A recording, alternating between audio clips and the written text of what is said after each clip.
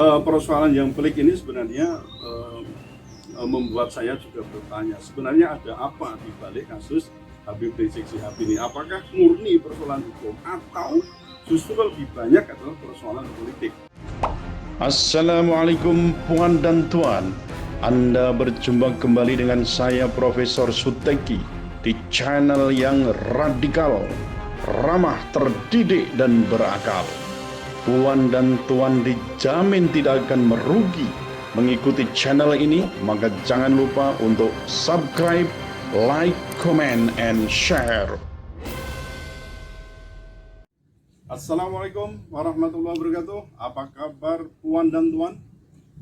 Hari ini barusan kita mendengar berita putusan pengadilan tinggi ya, dari banding atas nama Habib Rizik Syihab yang dituduh atau didakwa melakukan tindak pidana kebohongan sebagaimana diatur dalam Undang-Undang Nomor 1 Tahun 46 Pasal 14 ayat 1 yang berbunyi, barang siapa dengan menyiarkan berita atau pemberitahuan bohong dengan sengaja menerbitkan keonaran di kalangan rakyat, dihukum dengan hukuman penjara setinggi-tingginya 10 tahun.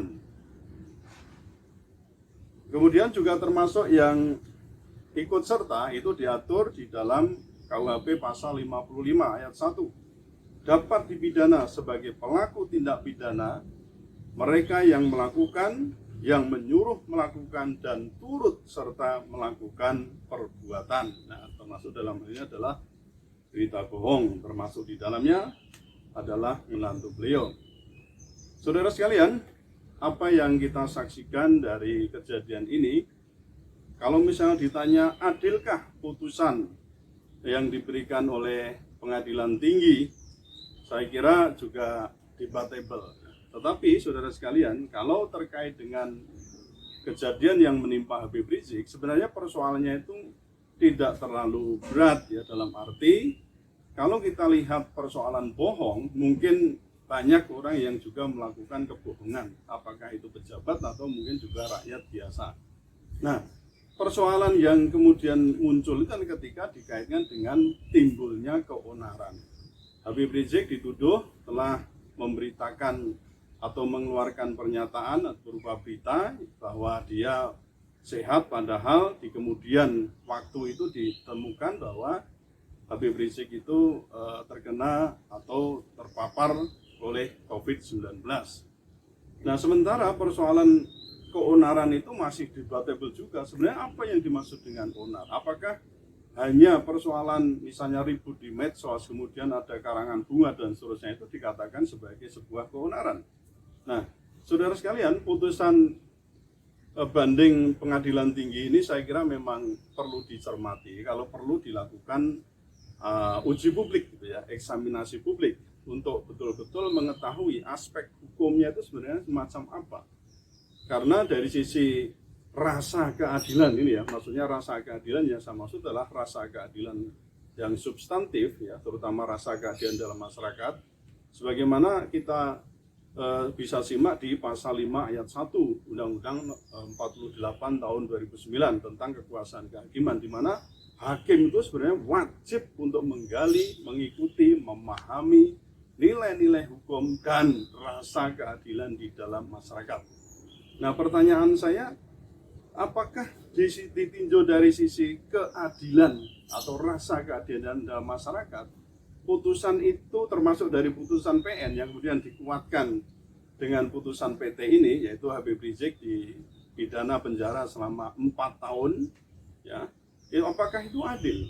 Nah, dengan kasus yang saya kira tidak begitu besar ini.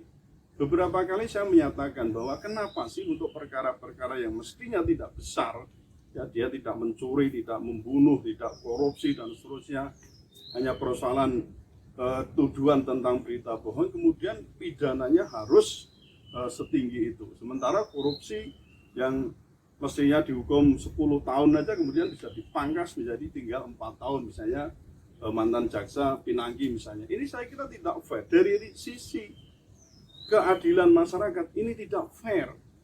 Nah, Lalu jalan keluarnya bagaimana? Sebenarnya masih ada upaya hukum yang satunya lagi, yaitu mengajukan kasasi. Tapi apakah nanti di tingkat kasasi Mahkamah Agung akan membebaskan Habib Rizik Syihab? Itu juga jadi masalah besar di sini. Nah, masih ada upaya lagi, misalnya kasasi kok menguatkan putusan PN dan PT, misalnya tidak membuat putusan sendiri atau menilai sendiri, itu berarti ya ada upaya lagi. Apa upayanya? Kalau ada fakta baru berarti bisa mengajukan PK, peninjauan kembali. Ada lagi upaya sebenarnya apa? Ya presiden, ya artinya presiden itu bisa memberikan gerasi kepada Habib Rizik.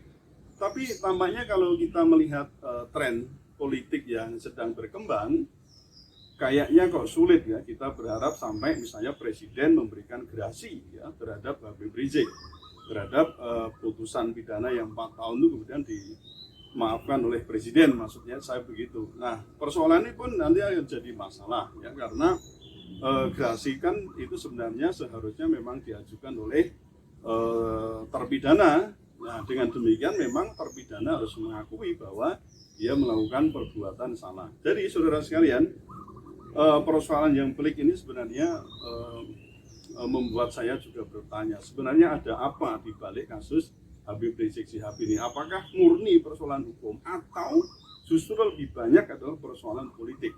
Nah, kalau kita misalnya meneropong ke depan, kekuatan Habib Rizik Syihab bersama pendukungnya sebenarnya juga besar. Misalnya untuk akses pada pemilu tahun 2024 misalnya, itu juga ada hubungannya. Atau kalau kita setback ke belakang, apakah pidana yang diberikan juga terkait dengan mulai dari kasus misalnya pilkada di DKI, itu semua terus berkelindan, saudara. Nah, apapun masalahnya, saya kira saudara sekalian, memang pemerintah itu harus arif bijaksana ya dalam memutus perkara ya, terutama pemerintah yang sama itu sebenarnya gabungan ya. Apakah itu pemerintah negara, maksudnya mulai dari legislatif, yudikatif maupun eksekutif, memang harus bijaksana di dalam memperlakukan sampai bagaimana memidanakan orang-orang atau warga negara. Kita kenal ada namanya negara benevolent, negara pemurah. Apa sih salahnya misalnya presiden itu atau hakim taruhlah begitu ya, itu memberikan ampunan, ya, mengampuni atau dalam hal ini membebaskan Habib Rizik dari segala dakwaan ataupun juga tuntutan. Sebenarnya bisa. Kenapa ya? Tentu saja ini melihat kembali persoalan pembuktian yang apakah itu betul-betul terjadi. Ya misalnya berita bohong kemudian menimbulkan keonaran, misalnya sisi keonaran itu nggak terbukti, bisa kok kemudian nanti Mahkamah Agung memberikan penilaian sendiri bahwa ini tidak, sebenarnya ada satu unsur yang tidak terbukti, misalnya persoalan keonaran.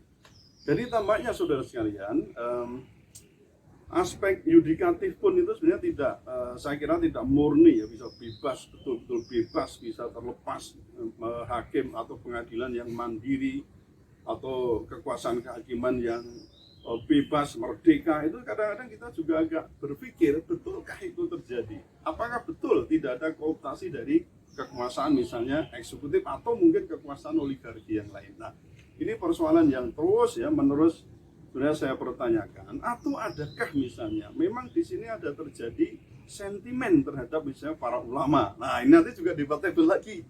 Tapi kalau kita lihat track recordnya begitu, nah seolah-olah kan Habib Rizik Syihab mulai dari waktu dituduh melakukan pelanggaran prokes itu di Petamburan, di Megamendung.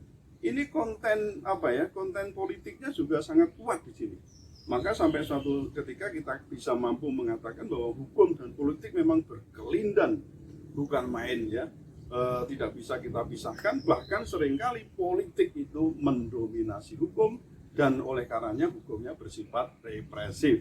Kita berharap saudara sekalian ke depan kita bisa lebih arif ya melakukan penanganan terhadap pelanggaran-pelanggaran yang atau mungkin perbuatan melawan hukum yang tidak besar semacam itu. Kita masih bisa melakukan cara-cara yang lebih arif bijaksana. Kita punya Pancasila kan, ya, orang sering ngomong begitu, tapi kenapa orang suka memidanakan orang lain dalam arti kita bisa melakukan proses-proses yang sifatnya itu restoratif, ya, restoratif, pemulihan. Nah, apalagi Kapolri juga punya presisi yang di dalamnya juga bagaimana kita berusaha untuk mengupayakan supaya kejahatan atau tindak pidana yang diduga dilakukan oleh seseorang itu tidak selalu berakhir pada pidana. Kata orang di dalam pidana itu, pidana adalah ultimum remedium, itu adalah obat terakhir.